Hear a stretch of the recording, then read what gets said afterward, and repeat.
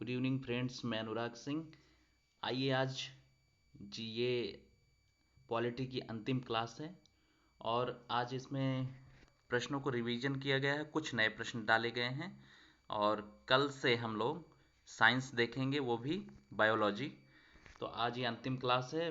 बहुत महत्वपूर्ण प्रश्न है, वही प्रश्न डाले गए हैं जो सारे के सारे आए हुए प्रश्न हैं। तो आइए बिना किसी देरी के देख लेते हैं प्रश्नों को।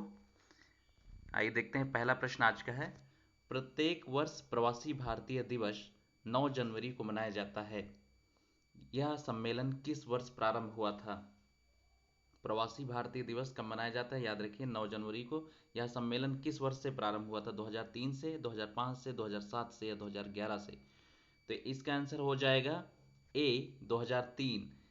2003 में जब उस समय प्रधानमंत्री अटल बिहारी वाजपेयी थे, उन्होंने प्रवासी भारतीयों के लिए सम्मेलन शुरू किया था और इसकी जो डेट 9 जनवरी रखी गई, ये इसलिए रखी गई क्योंकि 9 जनवरी 1915 को गांधी जी का दक्षिण अफ्रीका से भारत आगमन हुआ था।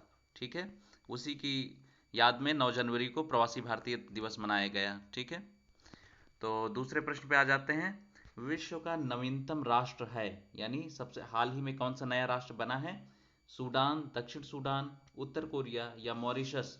तो इस प्रश्न का उत्तर बताइए आप लोग। ये भी बहुत महत्वपूर्ण प्रश्न है, इसका उत्तर बताइए आप लोग। इसका उत्तर हो जाएगा बी, अर्थात दक्षिण सूडान।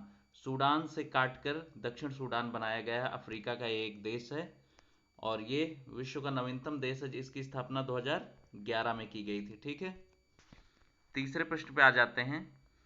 यूनाइटेड नेशंस द्वारा किस वर्ष को अंतर्राष्ट्रीय महिला वर्ष के रूप में मनाया गया है? यूनाइटेड नेशंस द्वारा अंतर्राष्ट्रीय महिला वर्ष के रूप में किस वर्ष को मनाया गया है? 1970 को, 1971 को, 1975 को, 73 को या 1975 को? तो इसका आंसर मैं आपको बता दूं कि यूनाइटेड नेशंस द्वारा अंतर्राष्ट्रीय महिला वर्ष के रूप में मनाया गया है वो वर्ष 1975 को। ठीक है, चौथे प्रश्न पे आ जाते हैं। कोलकाता में सर्वोच्च न्यायालय की स्थापना का प्रावधान किसके द्वारा किया गया है, यानी किस अधिनियम द्वारा किया गया था कोलकाता में सर्वोच्च न्यायालय की स्थापना का प्रावधान? तो इसका आंसर हो जाएगा भारतीय परिषद अधिनियम 1892 के, रेगुलेटिंग एक्ट 1773 या पिट्स इंडिया एक्ट 1884।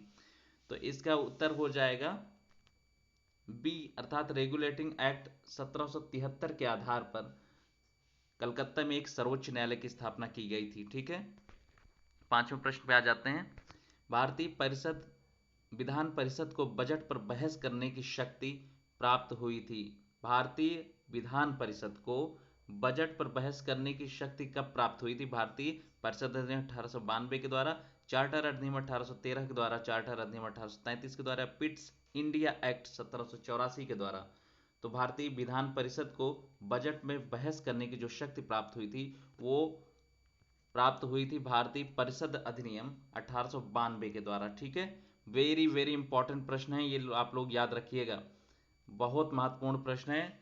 और संविधान जो हमारा बना, यही सब उसका आधार बने थे। ये सारे परिषद अधिनियम या फिर चार्टर एक्ट, ये सारे धीरे धीरे करके आधार बनते हुए तब हमारा संविधान निर्मित हुआ था। तो उसी की कड़ी में ये सारे के सारे कदम थे। तो पांचवें प्रश्न हमने देख लिया, अब छठा प्रश्न देख लेते हैं। लेकिन उससे पहले आप लोग क्या करें, वीडियो को लाइक करते चलें। छठवें प्रश्न पे आ जाते हैं। भारत में संघीय न्यायालय की स्थापना किस अधिनियम द्वारा की गई थी? भारत में संघीय न्यायालय, कौन सा न्यायालय? संघीय न्यायालय की स्थापना किस अधिनियम द्वारा की गई थी? Regulating act 1773, Pitt's India act 1784, charter act 1833 या भारत सरकार अधिनियम 1935।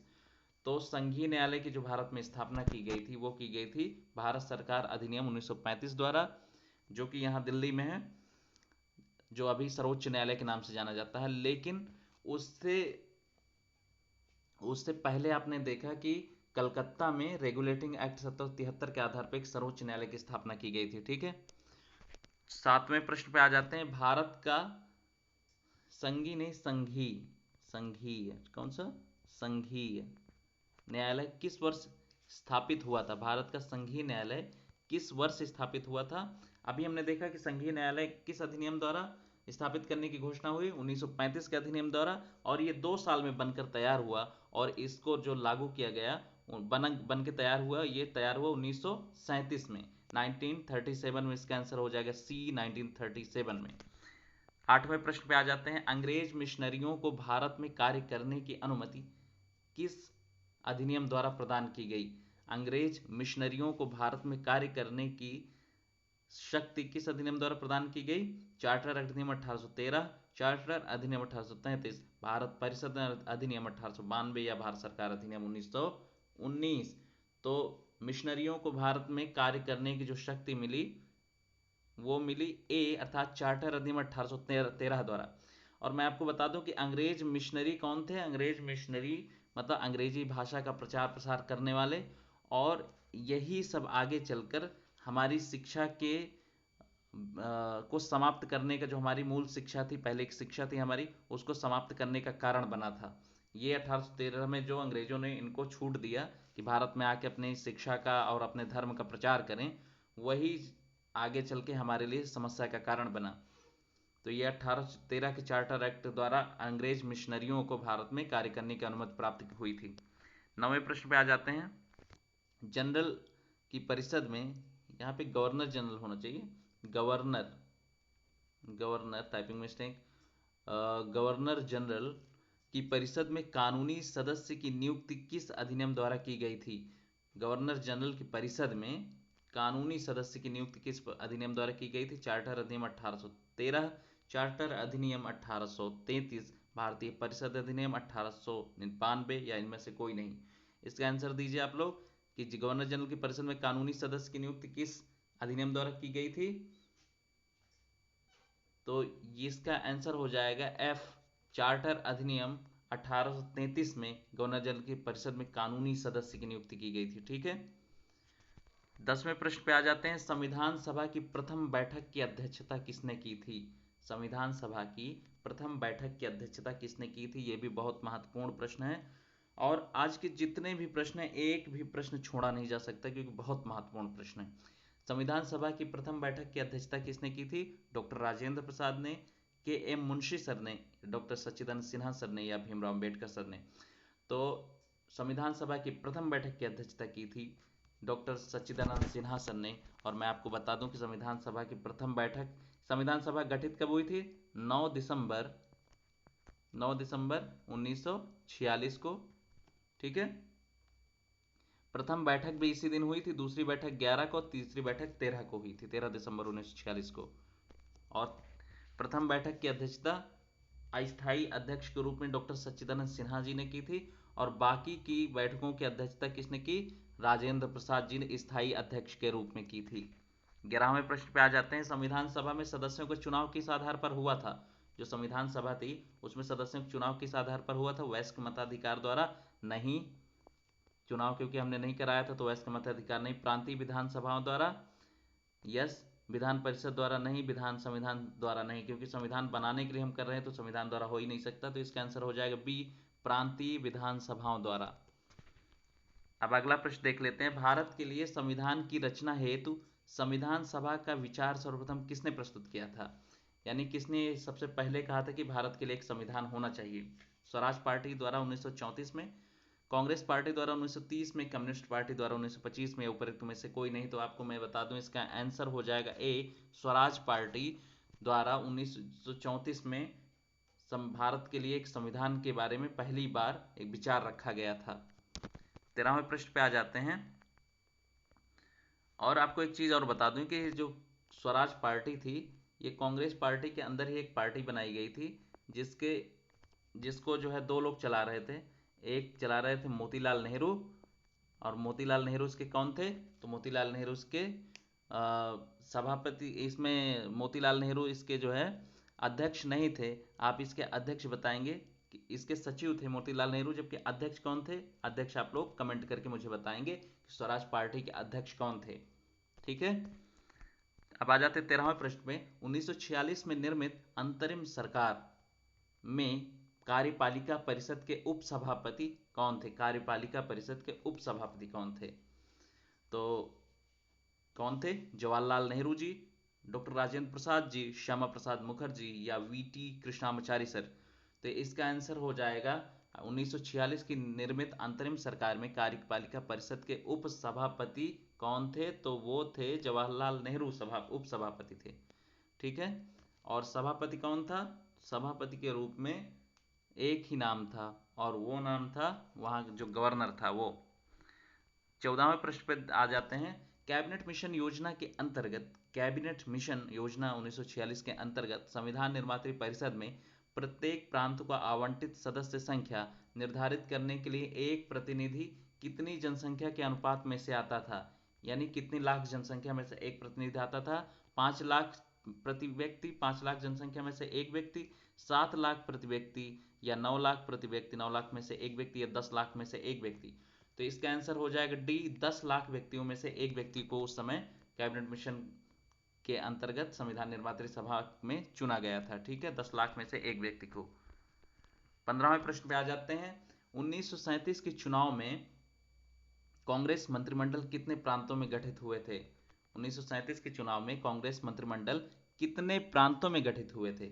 5 प्रांतों में, 6 प्रांतों में, 7 प्रांतों में, या 8 प्रांतों में? तो मैं आपको इसका आंसर बता दूं बिना किसी देरी के, तो इसका आंसर हो जाएगा डी, 8 प्रांतों में कांग्रेस पार्टी की मंत्रिमंडल गठित हुआ था। 8 प्रांतों में कांग्रेस पार्टी का मंत्रिमंडल गठित हुआ था। ठीक है, और साथ ही एक चीज और मैं आपको बता दूं कि केवल और केवल आई थिंक 1, 2, 3 जगह कांग्रेस की जगह, 3 जगह जो है मुस्लिम लीग की का मंत्रिमंडल गठित हुआ था। आप लोग कमेंट करके बताएंगे कितनी जगह हुआ था, 3 जगह हुआ था या फिर 2 जगह हुआ था। और यदि वीडियो पसंद आ रहे हो तो आप लोग, वीडियो पसंद आ रहा हो तो आप लोग, क्वेश्चंस अच्छे लग रहे हो तो आप लोग वीडियो को लाइक करते चलें और शेयर करते चलें। आइए 16वें प्रश्न पे आ जाते हैं। बर्मा यानी जो म्यांमार है, वो भारत से किस अधिनियम के अंतर्गत अलग हुआ था? तो ये भी महत्वपूर्ण प्रश्न है। और आज आप देख रहे हैं कि बर्मा में हालत बहुत ख़राब है। वहाँ पे सैन्य तख्ता पलट हो गया है और वहाँ के सेनाध्यक्ष शासक बने हुए हैं इस समय, और आज भी वहाँ 90 लोगों की मौत हो गई है सेना के द्वारा। तो आइए देखते हैं इस प्रश्न को। बर्मा से जुड़ा हुआ प्रश्न है। म्यांमार या बर्मा से भारत किस अधिनियम के द्वारा अलग हुआ था? यानी मैं भारत से किस अधिनियम द्वारा अलग हुआ था म्यांमार या बर्मा? भारतीय परिषद अधिनियम 1892, भारत सरकार अधिनियम, शासन अधिनियम 1919, या भारत सरकार अधिनियम 1935, या 19 कैबिनेट मिशन 1946। तो इसका आंसर हो जाएगा सी, भारत सरकार अधिनियम 1935 द्वारा बर्मा भारत से अलग हुआ था। 17वें प्रश्न पे आ जाते हैं। कैबिनेट मिशन के सदस्यों में कौन शामिल नहीं था? कैबिनेट मिशन में 3 सदस्य थे और उनमें कौन शामिल नहीं था? तो Lord Macaulay, Pethick Lawrence, Stafford Cripps, या एवी एलेक्जेंडर। तो आपको मैं बता दूं कि इसमें ए अर्थात लॉर्ड मैकाले शामिल नहीं था कैबिनेट मिशन में। ठीक है, जबकि बाकी तीनों लोग कैबिनेट मिशन के सदस्य हैं। अगला देखते हैं 17वें के बाद 18वें प्रश्न पे आ जाते हैं। 1935 किस अधिनियम द्वारा संस्थापित संघ में अवशिष्ट शक्तियां 1935 के अधिनियम द्वारा 1935 के अधिनियम द्वारा स्थापित संघ में अवशिष्ट शक्तियां किसको प्रदान की गई थी? गवर्नर जनरल को, प्रांतों को, भारतीय परिषद को, उपरोक्त में से कोई नहीं। तो 1935 के अधिनियम द्वारा जो संघ में अवशिष्ट शक्तियां थी वो प्रदान की गई थी गवर्नर जनरल को। लेकिन आपको मैं बता दूं कि वर्तमान जो हमारी सरकार है या हमारा संविधान है, उसमें जो अवशिष्ट शक्तियां हैं वो किसको दी गई हैं? वो दी गई हैं केंद्र को। ठीक है, यानी जिनके बारे में, जिन विषयों के बारे में संघ सूची, राज्य सूची या समवर्ती सूची किसी में वर्णन नहीं है, उन पे कानून बनाने का अधिकार किसको है? केंद्र को है। और 1935 के अधिनियम द्वारा किसको दिए गए थे? गवर्नर जनरल को दिया गया था। तो 19वें प्रश्न पे आ जाते हैं। राष्ट्रपति द्वारा अध्यादेश निकालने की शक्ति किससे प्रेरित है? राष्ट्रपति द्वारा अध्यादेश जो निकालने की शक्ति है, जो 1900 अनुच्छेद 61 में दिया गया है, वो किसके द्वारा है? वो कहाँ से प्रेरित हुआ था? भारत सरकार अधिनियम 1919 द्वारा, भारत सरकार अधिनियम 1935 द्वारा, भारत क्रिप्स मिशन 1942, या कैबिनेट मिशन 1946 द्वारा। तो जो भारत अध्यादेश जो निकालने की शक्ति है वो प्रेरित थी 1935 से, जो हमने संविधान में अपने लिया। लेकिन 1935 में जो प्रेरित थे तो वो 1861 के परिषद अधिनियम से प्रेरित थी। ठीक है, सबसे पहले जो अध्यादेश निकालने की जो शक्ति का बात की गई वो 1861 में की गई थी। इससे प्रेरित होकर 1935 में आया और 1935 से भारत के जो संविधान है उसमें आया। ठीक है, किसमें? भारत के संविधान में आया। ठीक है, समझ आ गया होगा। तो आपको मैंने शायद 61 बोल दिया था संविधान, वो अनुच्छेद 123 में है। जो अभी वर्तमान में अध्यादेश निकालने की शक्ति है वो अनुच्छेद 123 में है। ठीक है, 20वें प्रश्न पे आ जाते हैं। भारतवासियों को अपने देश के प्रशासन में सीमित हिस्सा लेना संभव हुआ, यानी किस अधिनियम द्वारा भारतवासियों को अपने देश के प्रशासन में सीमित रूप में हिस्सा लेना शुरू हुआ? किस अधिनियम द्वारा? चार्टर एक्ट 1833 द्वारा, भारत परिषद अधिनियम 1861 द्वारा, भारत सरकार अधिनियम 1935 द्वारा, उपयुक्त में से कोई नहीं। तो इसका जो है आंसर दीजिए आप लोग। इसका आंसर दीजिए क्या होगा कि भारतवासियों को अपने ये भारतवासियों को अपने देश के प्रशासन में सीमित हिस्सा लेने के जो मौका मिला वो मिला 1833 के अधिनियम द्वारा। कब हुआ? 1833 के अधिनियम द्वारा। ठीक है, तो 21वें प्रश्न पे आ जाते हैं। आज के प्रश्न बहुत ही महत्वपूर्ण है, सारे प्रश्न महत्वपूर्ण हैं और ये सारे कंफ्यूजिंग वाले प्रश्न हैं। एग्जाम में आते हैं फिर हम कंफ्यूज हो जाते हैं, इसीलिए इन सारे प्रश्नों को करना बहुत ज़रूरी है। 21वें प्रश्न पे आते हैं। भारतीय विधान पालिका प्रथम बार द्विसदनी कब बनाई गई? जो भारतीय विधान परिषद या पालिका है वो प्रथम बार द्विसदनी कब बनाई गई थी? चार्टर अधिनियम 1813 द्वारा, चार्टर अधिनियम 1833 द्वारा, भारत सरकार अधिनियम 1919 द्वारा या भारत सरकार अधिनियम 1935 द्वारा। तो भारतीय विधान पालिका प्रथम बार द्विसदनी कब बनाई गई थी? तो ये गई थी 1900 भारत सरकार अधिनियम 1919 द्वारा पहली बार विधान पालिका प्रथम बार द्विसदनीय बनाई गई थी। ठीक है, यानी द्वैध शासन भारत में जो प्रांतों के स्तर पे आया वो कब आया? 1919 में आया। 22वें प्रश्न पे आ जाते हैं। एक संघीय व्यवस्था और केंद्र में द्वैध शासन प्रणाली। अभी हमने देखा प्रांतों में द्वैध शासन कब हुआ? 1919 में। और केंद्र में द्वैध शासन प्रणाली कब लागू होगी? तो भारतीय परिषद अधिनियम 1861, 92, 1919 या 1935। तो केंद्र में जो द्वैध शासन की व्यवस्था लागू होती है वो 1935 के अधिनियम द्वारा लागू होती है, जबकि प्रांतों में जो लागू होती है 1919 के अधिनियम द्वारा लागू होती है। 23वें प्रश्न पे आ जाते हैं। प्रांतों में द्वैध शासन व्यवस्था कब से लागू की गई? अभी मैंने बता दिया कि 1919 में लागू की गई थी। ठीक है, 24वें प्रश्न पे आ जाते हैं। भारत में अंग्रेजी शिक्षा की नींव किस अधिनियम द्वारा पड़ी? ये बहुत महत्वपूर्ण प्रश्न है क्योंकि इसने हमारे शिक्षा प्रणाली को पूरी तरह समाप्त करने का काम किया है। भारत में अंग्रेजी शिक्षा की नींव किस अधिनियम द्वारा पड़ी? 1813 के चार्टर एक्ट द्वारा, 1833, 1861 या फिर 1892। तो आपको मैं बता दूं कि 1813 के चार्टर एक्ट द्वारा भारत में पहली बार शिक्षा के लिए 1 लाख रुपए की व्यवस्था की गई और ये शिक्षा कौन सी थी? अंग्रेजी शिक्षा के लिए। और यहीं से हमारी शिक्षा पद्धति का पतन शुरू होता है और ये लोग अंग्रेजों ने अपने हिसाब से भारत में शिक्षा प्रणाली कर दी और भारत को मानसिक गुलाम बनाना शुरू कर दिया। 24वें के बाद 25वें प्रश्न पे आ जाते हैं। लेकिन आज ज़रूरत है हमें मानसिक गुलामी से आज़ादी की, और वो मानसिक गुलामी से आज़ादी हम अपनी मूलभूत चीज़ों को पढ़कर समझकर हम पाएंगे। ठीक है, 25वें प्रश्न पे आएंगे और आज का ये अंतिम प्रश्न है और भारतीय राज्य व्यवस्था आज से समाप्त कर रहे हैं। तो कल से हम साइंस बायोलॉजी शुरू करेंगे। ब्रिटिश संसद में ईस्ट इंडिया कंपनी का व्यापारिक एकाधिकार पूर्णतः किस वर्ष समाप्त किया गया? ब्रिटिश संसद में ईस्ट इंडिया कंपनी का व्यापारिक एकाधिकार पूर्णतः कब समाप्त किया गया? 1833 में पूर्णतः समाप्त किया गया, जबकि 1813 में जो ब्रिटिश ईस्ट इंडिया कंपनी थी उसको 2 अधिकार दे दिए गए थे, बाकी सब उससे ले लिए गए थे। पहला अधिकार चाय के व्यापार के लिए और दूसरा चीन के साथ व्यापार के लिए 1833 में छोड़ दिया गया था अधिकार, और बाकी 1833 में क्या किया गया?